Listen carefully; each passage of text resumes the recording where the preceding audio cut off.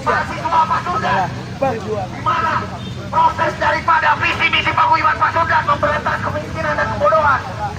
Hari ini kita menyuarakannya langsung ke jalan teman-teman, tepuk tangan buat teman-teman semua. Proses yang dinamakan karya efisiensi teman-teman. Tapi kita bisa melihat bagaimana pegawai-pegawai yang di PHK. Seluruh kawan-kawan dan Bapak Ibu. Bapak dan Ibu, jika hari ini mahasiswa Trisakti diizinkan menyampaikan berita, maka kami sampaikan bahwa berita kehilangan akal sehat penguasa yang mengepung kepada kekuasaan.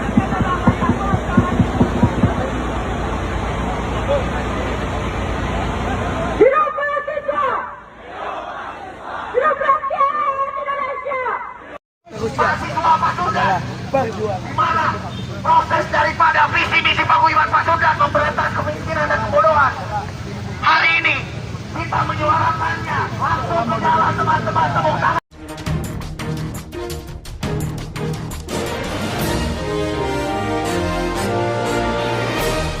Selamat pagi para netizen dimanapun kita berada, salam inspirasi bagi kita semua. Ya, tagar Indonesia gelap hari ini menggema.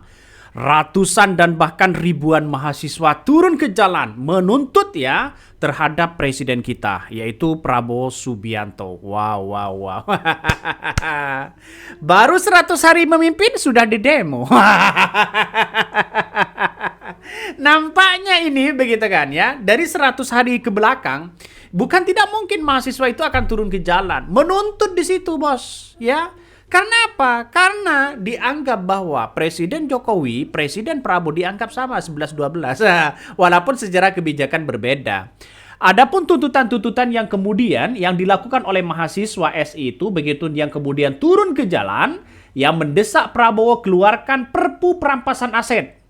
Bahkan ya meminta tolak revisi Undang-Undang TNI Polri Kejaksaan dan semuanya evaluasi soal makan siang bergizi gratis. Dan inilah yang kemudian yang dituntut oleh mahasiswa, dan tidak hanya itu. Ya, tidak hanya itu, juga ya minta revisi peraturan tata tertib DPR hingga realisasi anggaran kepada token dosen. Saya kira kalau toh pada hakikatnya efisiensi begitu kan yang dilakukan oleh seorang Prabowo oke aja. Tapi kita lihat saja realitasnya, ya realitasnya soal pendidikan, soal kesejahteraan, ya soal kesehatan. Menurut saya pribadi tidak perlu dipangkas.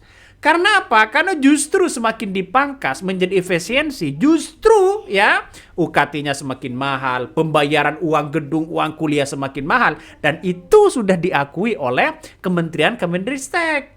Jadi saya kira ini yang kita lihat hari ini, bahwa mengapa di berbagai daerah banyak yang turun ke jalan begitu kan ya, karena meminta begitu kan ya kepada Presiden Prabowo setidaknya masalah pendidikan tidaklah ya.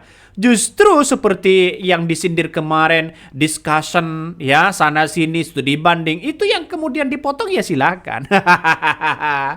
Lalu kemudian ya jangan takutlah, masa seorang Prabowo masih takut dengan oligarki begitu kan? Ya makanya dengan adanya seperti ini ya masyarakat menuntut kepada Presiden Prabowo ini begitu kan ya, mahasiswa ini yang terdiri dari BEM ya SI Indonesia yang bertajuk Indonesia Gelap pada hari ini ya, dan bahkan besok tanggal 18 semakin besar-besaran begitu untuk menunjukkan bahwa masyarakat turun ke jalan karena mengingat bahwa seorang Presiden Prabowo tidak pro terhadap rakyat soal kebijakan-kebijakan yang ada, dan inilah yang kemudian dituntut.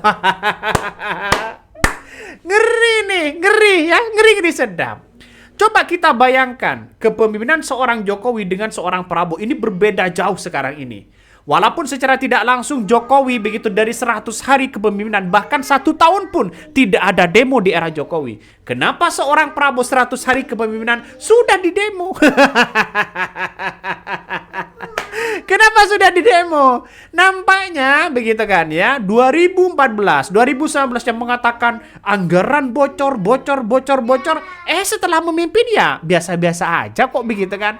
Nampaknya sekarang ini yang saya rasakan, nampaknya presidennya masih kayak Jokowi. Wajar dong kalau masyarakat ini ya lalu kemudian menuntut sana sini begitu kan. Apalagi Apalagi ya soal-soal kemudian ya Prabowo mengatakan hidup Jokowi begitu kan. Ini kan menandakan bahwa antara Jokowi dan Prabowo begitu kan dianggap masih ya tidak lepas dari bayangan-bayangan seorang Jokowi. Ini kan bisa saja seperti itu. Karena apa? Karena ya walaupun Prabowo menampilkan bahwa saya ini kabarnya dikendalikan oleh Jokowi dan bahkan mengatakan dasmu. Dan disitulah justru seorang Prabowo kepanikan luar biasa. Jangan-jangan memang benar ya dikendalikan para orang-orang tertentu. Makanya sekarang itu menuntut masyarakat terhadap Prabowo. Ya meminta. Karena ucapannya Prabowo sendiri begitu kan. Janji ini, janji itu, penegak ini, penegak itu akan membereskan semua begitu kan. Wajar dong kalau mahasiswa yang turun ke jalan. Jangan-jangan nanti menggunakan ilmu Jokowi. Bagaimana Bang ilmu Jokowi? Ya 2 periode begitu kan ya. Apakah Jokowi pernah menemui demo-demo mahasiswa, demo-demo para buruh begitu kan? Bahkan tidak hanya itu demo ya tadi begitu kan ya, dan besok kabarnya ojol juga turun tangan menuntut ya bagaimana THR yang harus kita berikan. Ngeri pada akhirnya, ngeri ya. Coba kita lihat saja. Ribuan mahasiswa turun ke jalan. Nampaknya begitu kan. Mahasiswa-mahasiswa yang turun ke jalan ini nampaknya memberikan satu dampak positif kepada masyarakat bahwa ya di negara kita masih ada yang peduli begitu kan. Masih ada yang bersuara di situ, lantang adili Jokowi, terus kemudian meminta tuntutan kepada Prabowo begitu kan. Nampaknya saya kira ini nih yang harus kita pikirkan begitu kan, bahwa masyarakat sekarang ini ya kalau melihat kepemimpinan seorang Prabowo belum ada tanda-tanda terobosan baru kepada bangsa kita. Jadi jangan-jangan benar apa yang disampaikan Prabowo. Jangan-jangan 2030 begitu, jangan-jangan Indonesia bubar. Ngeri ini. Jadi saya kira bahwa apa yang kemudian terjadi hari ini, mahasiswa menuntut dan bahkan turun gunung begitu kan. Dan mungkin ya tidak hanya mahasiswa, para buruh akan turun gunung di situ, menuntut bagaimana soal-soal ya kebijakan atau regulasi ini pro terhadap rakyat sendiri. Jadi seperti UKT misalnya begitu kan. Kalau efisiensi pendidikan ini lalu kemudian ada potongan anggaran, maka kemudian bagaimana untuk mendapatkan beasiswa, untuk mendapatkan ini, mendapatkan itu. Tapi ini ya harus ada pengawasan tertentu. Kenapa? Karena banyak beasiswa yang sekarang ini ya justru yang menerima itu adalah orang-orang kaya. Mungkin Prabowo bisa berasumsi seperti itu. Ya, teman-teman inilah yang kemudian masyarakat bisa mengecek langsung begitu kan ya. Bahkan tidak hanya di beberapa tidak hanya satu persatu kampus yang datang, tapi semuanya nampaknya BEM-SI ini sudah memberikan dampak begitu kan, bahwa di negara kita masih saja ada orang-orang yang waras yang turun ke jalan untuk memikirkan nasib bangsa dan negara kita dan rakyat Indonesia. Saya apresiasi luar biasa ini. Jadi daripada begitu kan ya, oke gas ya, tapi ya untuk menunjukkan bagaimana masyarakat hari ini, barang-barang kita itu mahal. Ya, maksudnya sembako mahal, semuanya mahal begitu kan. Ini yang masih belum dikendalikan oleh seorang Prabowo.